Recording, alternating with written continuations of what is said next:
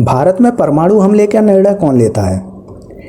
Nuclear button और nuclear command in India. Bharat एक परमाणु संपन्न देश है और इसके कई पड़ोसी देश भी परमाणु संपन्न हैं। चीन और पाकिस्तान के साथ भारत के रिश्ते कभी भी सहज नहीं रहे हैं। पाकिस्तान के गैर जिम्मेदार नेता परमाणु की धमकी भारत को हमेशा देते रहते हैं। ऐसे में ये जानना बहुत ज़रूरी है कि भारत में परमाणु हमले का कमांड किसके पास होता है। तो चलिए जानते हैं इस वीडियो में। लेकिन शुरू करने से पहले मैं आपसे एक आग्रह करना चाहूँगा कि अगर वीडियो पसंद आए तो यार लाइक करना, सब्सक्राइब जरूर करना। कोई क्वेरी हो दिमाग में तो उसे कमेंट ज़रूर करना। चलिए शुरू करते हैं। Let's begin.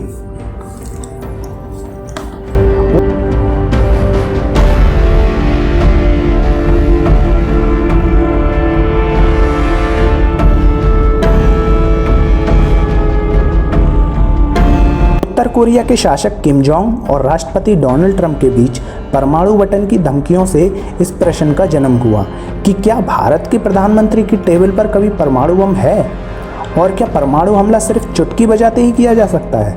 तो चलिए जानते हैं इस वीडियो में कि परमाणु हमले के लिए किस प्रकार की प्रक्रिया अपनाई जाती है और इसमें कितना समय लगता है। परमाणु मामले के विशेषज्ञों के अनुसार प्रधानमंत्री की टेबल पर ऐसा कोई भी बटन नहीं है जिसे दबाकर किसी भी देश पर परमाणु हमला किया जा सके। लेकिन प्रधानमंत्री के पास एक स्मार्ट कोड जरूर होता है जिसके बिना परमाणु बम छोड़ा नहीं जा सकता। यहाँ पर यह बताना जरूरी है कि किसी भी देश पर परमाणु हमले के लिए एक प्रोसीजर होता है और ऐसा बिल्कुल नहीं है कि प्रधानमंत्री ने कहा कि किसी देश पर परमाणु हमला कर दो तो वैज्ञानिकों ने तुरंत हमला कर दिया। परमाणु हमले का आदेश कौन दे सकता है? जैसा कि बताया गया है कि परमाणु बम छोड़ने के लिए प्रधानमंत्री के पास एक स्मार्ट कोड होता है। अब बात करते हैं परमाणु हमले का आदेश कौन दे सकता है। परमाणु बम को दागने का असली बटन तो परमाणु कमांड की सबसे निचली टीम के पास होता है जिसे वाकई में यह मिसाइल दागनी होती है।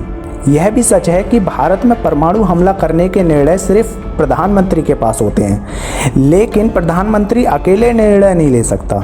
उसे परिस्थितियों के अनुसार अपनी सुरक्षा मामलों की कैबिनेट कमेटी और NSA के सलाहकार और chairman of chief of staff committee से राय लेकर ही परमाणु हमले का निर्णय ले सकता है। परमाणु हमला करने की पूरी प्रक्रिया क्या है, तो चलिए जानते हैं। पहले बात करते हैं स्टेज 1 की, परमाणु ब्रीफकेस। प्रधानमंत्री के पास हमेशा एक सिक्योरिटी गार्ड चलता है जिसके पास एक ब्रीफकेस जैसा बॉक्स होता है जो आपने कभी देखा होगा, नहीं तो इस फोटो में देख लीजिए।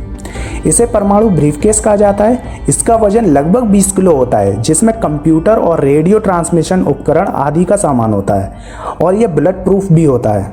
इस ब्रीफकेस में उन ठिकानों की जानकारी भी होती है जहां पर परमाणु हमला करना होता है। अभी तक लगभग 5000 ठिकानों की पहचान की जा चुकी है और समय समय पर इनकी समीक्षा करके इसमें नए ठिकानों को भी जोड़ा जाता है। Stage 2, smart code. प्रधानमंत्री के पास एक स्मार्ट कोड होता है। वह कोड परमाणु हमला करने के लिए वेरिफिकेशन कोड के रूप में परमाणु कमांड को भेजा जाता है। भारत में प्रधानमंत्री के पास यह अधिकार होता है कि वह इस कोड का नाम अपने मुताबिक रख सकता है। स्टेज 3, 2 अन्य सेफ कोड। प्रधानमंत्री के स्मार्ट कोड के अलावा 2 अन्य कोड भी होते हैं जो कि लॉकर में बंद होते हैं और ये कहाँ रखे गए हैं इन्हें कोई नहीं जानता। सेना में परमाणु बैटरी यूनिट वायुसेना के कमांडिंग ऑफिसर के साथ 2 अन्य अधिकारी होते हैं। इनके पास अलग अलग लॉकर होते हैं और इन्हें सेफ कोड कहते हैं। ये सेफ कहाँ रखे गए हैं इसका पता सिर्फ कुछ अफसरों को ही होता है और इन सेफ को रखने की जगह को समय समय पर बदल दिया जाता है। स्टेज 4, मैच कोड या परमाणु हमले की तैयारी। प्रधानमंत्री का स्मार्ट कोड मिलने के बाद कमांडिंग ऑफिसर दोनों साथी अधिकारियों को यह कोड बताता है जो अपने अपने सेफ कोड खोलकर उसका मिलान करते हैं। यदि तीनों कोड सही पाए जाते हैं तो परमाणु हमला कर दिया जाता है। क्या प्रधानमंत्री का स्मार्ट कोड मिलने के बाद तुरंत हमला हो जाता है? नहीं, ऐसा नहीं होता, क्योंकि हवाई हमले के लिए लड़ाकू विमान को तैयार करना, थल सेना बैटरियों और नौसेना द्वारा मिसाइलों को दागने की तैयारी के लिए कुछ मिनट का समय तो लगता ही है।